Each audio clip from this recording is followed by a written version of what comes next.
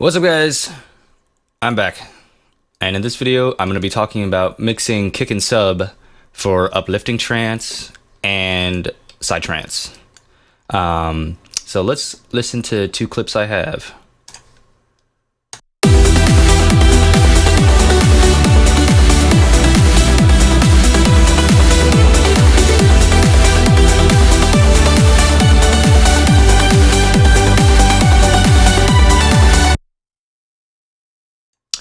Sweet. Okay, we have that clip, and I'm gonna go over the kick and sub in that one, and I'm gonna go over this one too.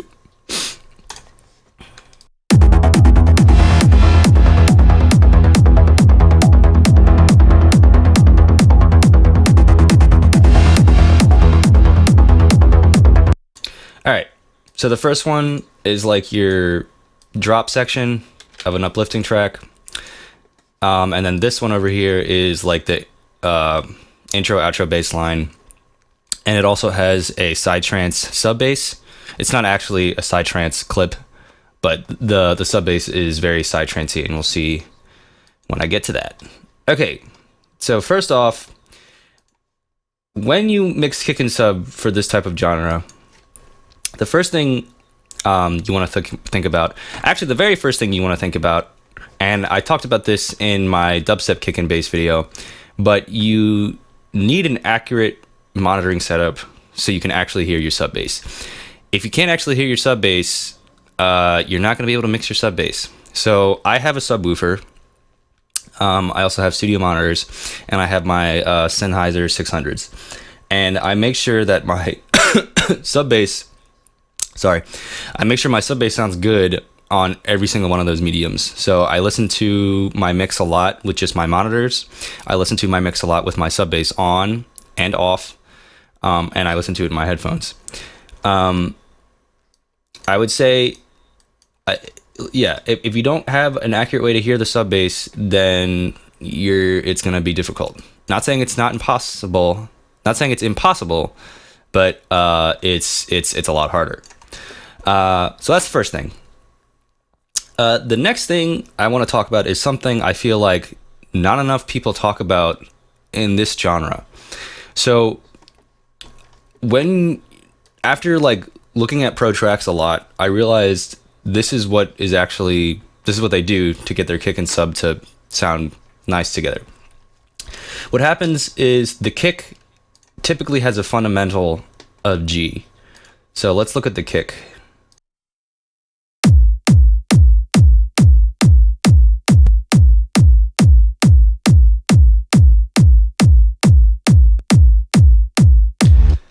So the biggest point of the kick was right around this G. And the reason why the kicks are synthesized that way is because a kick with a fundamental of G sounds good on a ton of systems. It'll sound bassy on your monitors, it'll sound nice and boomy on a sub, and it'll come across on a lot of different speakers. But a lot of people will kind of give you this slight misinformation about kicks. They'll tell you, keep the kick in the key of your track. And that is true for some genres, like big room and hardstyle. And I'm going to go over those genres in another video. But in this particular genre, it actually can be sort of detrimental. So what you want to think about is you want to keep your kick fundamental and your sub bass fundamental as far apart as you can. So what is the fundamental of your sub bass, not the kick? The fundamental of your sub bass is typically going to be whatever the tonic of the scale or key that you're in. So if you decide to write your track in E, your sub bass is going to be hitting an E a ton. And I'm gonna show you the kick and sub now. So let's get this EQ. I'm gonna solo my voice. Solo the kick and sub.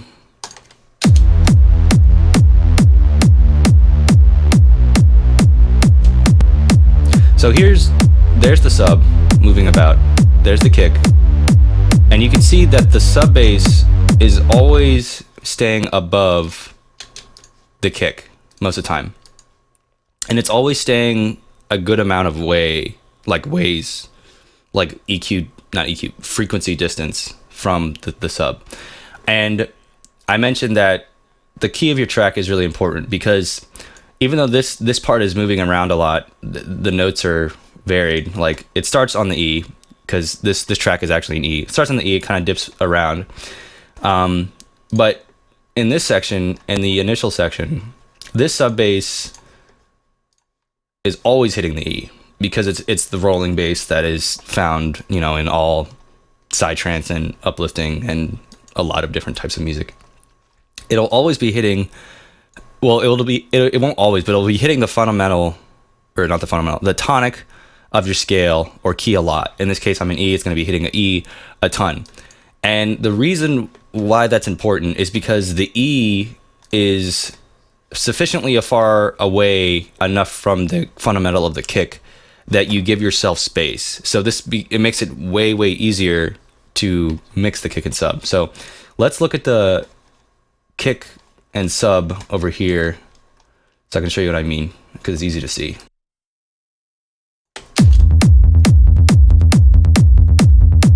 Let's see my master.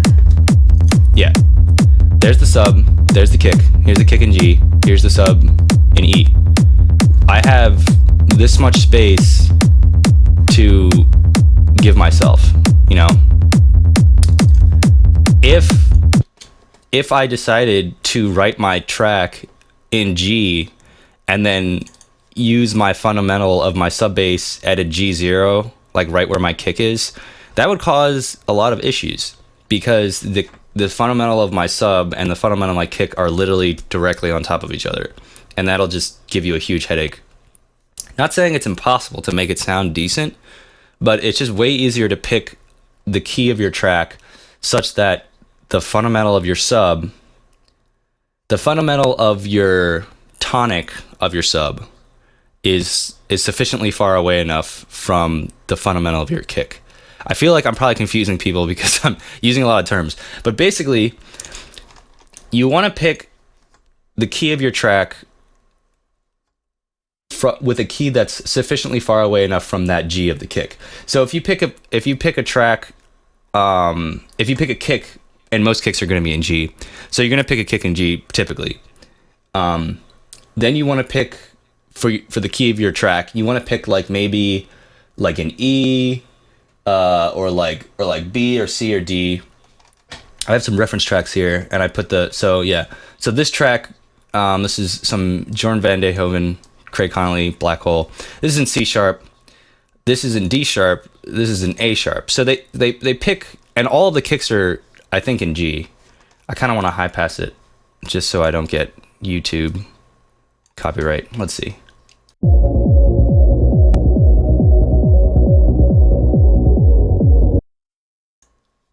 And you saw right there that the kick is always around there. I think I muted my voice for a second. Sorry about that. Yeah. If we look at all these tracks, these reference tracks, you'll see that the kick, keep muting my voice. We'll see that the kick is typically in G.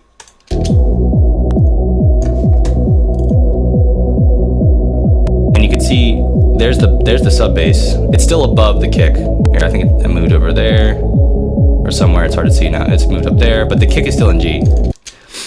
So the kick is typically always in G, and then the sub bass is going to be in some other key, whatever they pick. So in this case, it'll be, you know, moving around C sharp because it's gonna move. So that brings me to my next point. So during the intro bass line, you know, your kick is gonna be hitting your tonic a ton. So in this case, it's gonna be hitting my E. Once you get to the chorus, though, it's gonna be moving around because it has to follow the chord progression. So let's listen to the actual track again so we can hear the chord progression.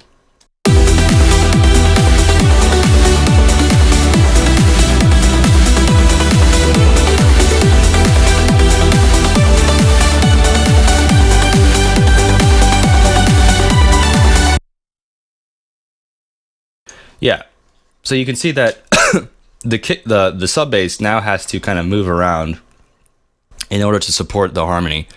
And this is something else you want to keep in mind, is that the fact that your sub bass is now going to have to might have to dip below the fundamental, or not the fundamental, the tonic of your scale, right? So I'm in E, I have to dip to a D, to a B, and back up to a D, and all the way up to a G, and that's not going to cause issues. These notes aren't going to cause issues because they're like sufficiently far away enough from the kick fundamental. But this is where you can run into trouble, right? So, well, not run into trouble, but you just have to be more careful, because if you start to dip too far below, you can run into two issues. One is that you might lose the power of your sub bass, and two is that you start running into the kick fundamental. So that's just something you want to think about. So that's like when you're picking the key of your track, you want to think about, you know, staying a reasonable distance away from the kick, or as much as you think is necessary. You saw in some of these reference tracks that the sub bass was getting pretty close to the kick fundamental, and it's fine. And like, if you overlap, I think it'll be okay. You just have to use your ears, right? But it's just something to keep in mind. It'll save you a lot of headache to just really actively think about like the key of your track and where your bass line is going to have to move in relation to that G of the kick. So once again, this is what the kick looks like. And most uplifting kicks sound and look like this. There's that big fundamental. I might have... Yeah, so it's around a G. Okay. And yeah, I say that the kick is mostly in G, but you could certainly make a track with the kick in F or F sharp. You just have to remember that you just got to listen to it like on your hopefully with a sub bass, because it'll be different. And I if you go down to like, if you write a kick with a fundamental on E, it might sound okay with extended range setup, but it might sound like tick-tock on like in a car. Obviously on laptop speakers, you're not gonna have bass at all, but it's just something to think about. All right, so I hope I made that clear. That is probably the most revolutionary thing that I've learned trying to make this type of music, that I didn't really think about. Probably because for a long time I always had the impression that you had to keep the kick in the key of your track, which is actually can be detrimental for this type of genre, but is true in other genres, and I'll talk about that in a different video probably. So what did I want to talk about? Right, okay, so the last thing I wanted to say is I talked about how the kick is going to be in G, so you might be thinking, okay, I guess I can never write a track in G, but you can. So this example, this track is in G. This is Ian Standerwick's Valerian. His track is in G, and his sub bass is hitting the G1. So let's see if I can find where the rolling bass is. Yeah, this part. So there's his sub bass, G1, and his kick is at G.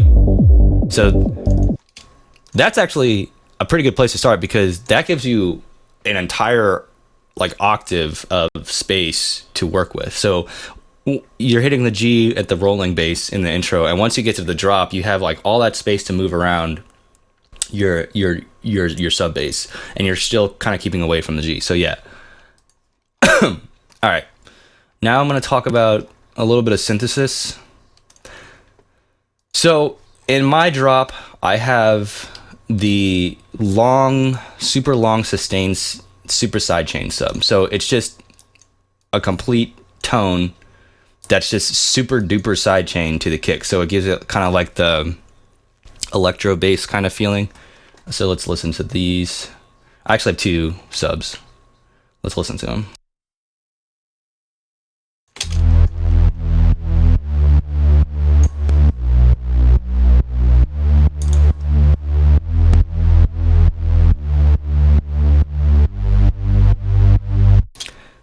So it's basically it's like a detune saw with some filtering. I'll show you the most important one. It's 2 layers. So if you watch my dubstep video, you'll see that I always split my sub up into 2 layers. Typically, I split it up into like a low and then like a high layer. This is the low layer. It's just one voice saw with a filter, so and some multi-band compression. Really simple.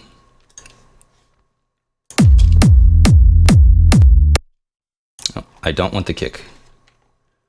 I just want that sub.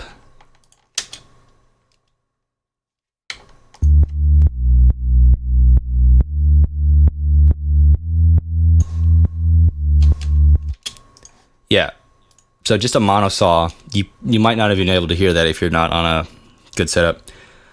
But yeah, and then I duplicate it in an instrument rack. So for those of you who don't know how to do that, once you click, you can right click a synth and then click group. That'll put it into a rack, and then you can duplicate it over here, and this will bring this one up. Oops. And then I just high pass it. So this one is the low version, this one is the high pass version, and this one actually has some stereo width, I think.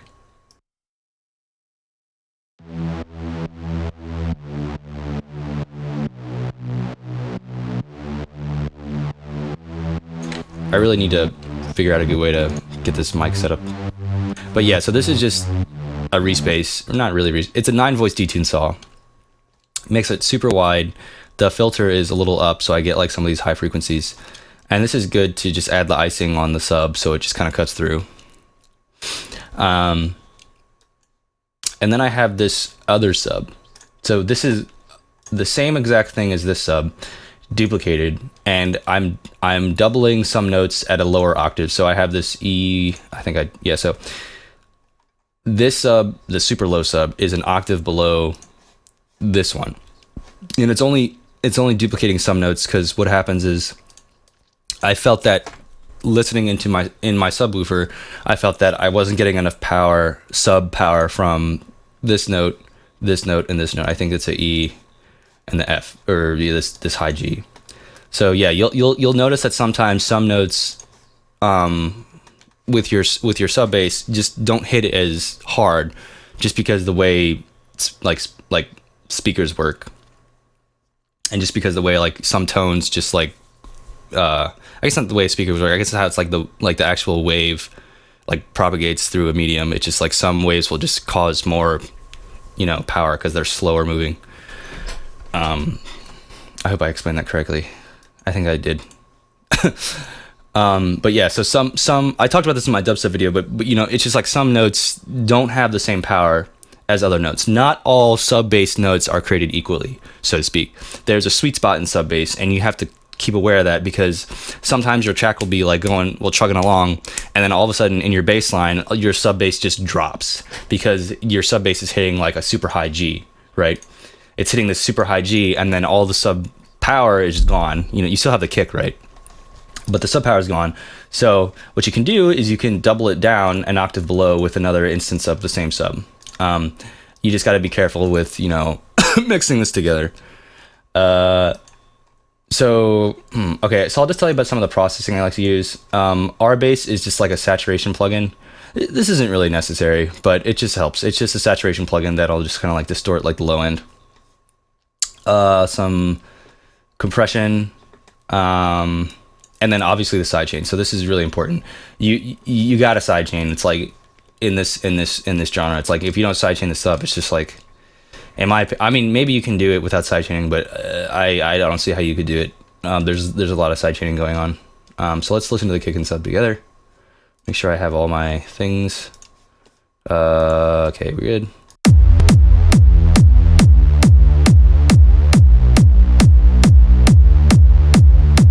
You can see there's a good amount of sidechaining going on. And let's look at like how they balance. So you can see that there's the kick here's the sub. They're almost on like the same level, and there'll be some instances when you think that the sub bass should be a little bit lower than the kick fundamental, or it should be a bit higher, and that's just gonna have this, you're gonna have to use your ears for that. I think I have some multi-band compression on here too, so just, you know, just squeeze the low end. Yep. And you'll notice on my master bus, I'm running it through limiting, and the goal is to kind of get your kick to like smack around here, get the kick and sub to, not necessarily the sub, but the kick usually smacks around up here, and I would use your reference tracks to see, you know, where their kick and sub is peaking. And I talked about this a lot in my dubstep video. It's the way I work is I always mix it to limiting, and that way I can match my levels properly to professional tracks. So yeah, with kick and sub, it's almost as it's very important to look at the frequency analyzers for this type of stuff, just because, you know, it's hard to trust your ears with this type of thing sometimes. It's always good to use frequency analyzers. Okay, so that's all I'll say for this section. I'm gonna go over like the Psytrance section now. Okay, so where's the, okay, yeah. So here's the Psytrance bass.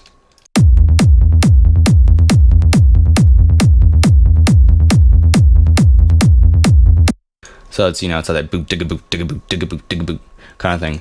And it's just the same kind of concept,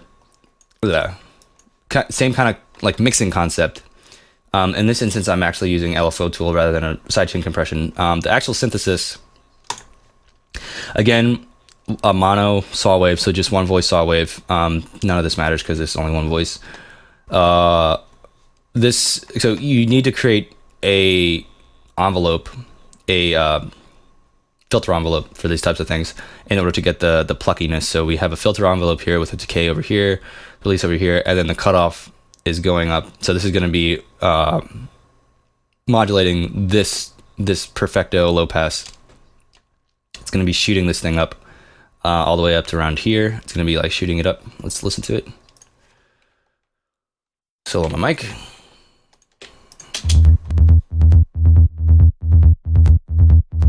Yeah, and the other thing is, so you can like listen to. So now the high frequency is coming out, so you gotta dial this part in. Make sure you get just the perfect amount of high frequency. There shouldn't be any effects. A little bit of multi-band compression, and the other important thing is to remember your actual amp envelope should be sufficient that you get the percussive sound. And you could, if you wanted to, you could maybe like attach to something like this. Do some pitch envelope, get some more attack. Yeah, I don't think I needed it in this instance. But yeah, so that's to get these percussive basses, and I'll show you the MIDI. So this, you know, a lot of times you'll see something like this, like just like kick bass bass bass bass, kick bass bass bass, kick bass bass bass. But after watching some pros, you don't need to do that. You can actually get away with, you know, putting the bass on top of the kick, just because there's going to be a ton of side chaining, and it sounds pretty cool.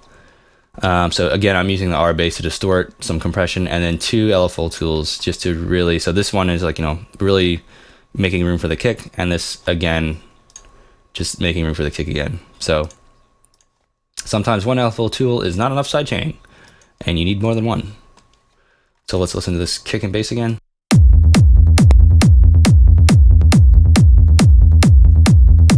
So yeah, you can see the bass is like really close to the kick. And like I said, in some instances, you'll want to have the bass maybe even higher than the kick fundamental, or maybe a little lower. Okay, probably long video, a lot of topics covered. I hope that was clear. I think I covered everything I wanted to. I'm going to be talking about, I'm gonna make another video on big room / hardstyle, because the way that the kick and sub is mixed is like its own separate entity, and in fact in that genre the kick and the sub are like one and the same. And I'll talk about that in another video. But I hope that was helpful. If you guys have any questions, just leave comment in the comment section. Thanks for watching, guys, and I'll see you later.